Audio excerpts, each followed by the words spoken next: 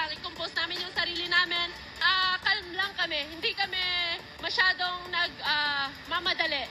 Kasi yun yung mga nangyari. Andito tayong lahat, kaya naman sa lahat po ng pinagdaanan ng team, maraming salamat sa mga sponsors, sa mga patuloy naniniwala sa amin. Maraming salamat. Pero hindi naging madali para sa amin. Pero I think if there's one thing we've learned this season, it's really something na hanggat madami kaming differences. Pero in the end, isang goal namin. At yun ay ginawa namin today. So maraming salamat, Lord. Maraming salamat, mga ka-good vibes! I'm speechless. Like, really, lahat talaga ng emotion ngayon. I can't really describe it. I'm just really happy, really. Kasi tinrabaho talaga namin to. 5 sets.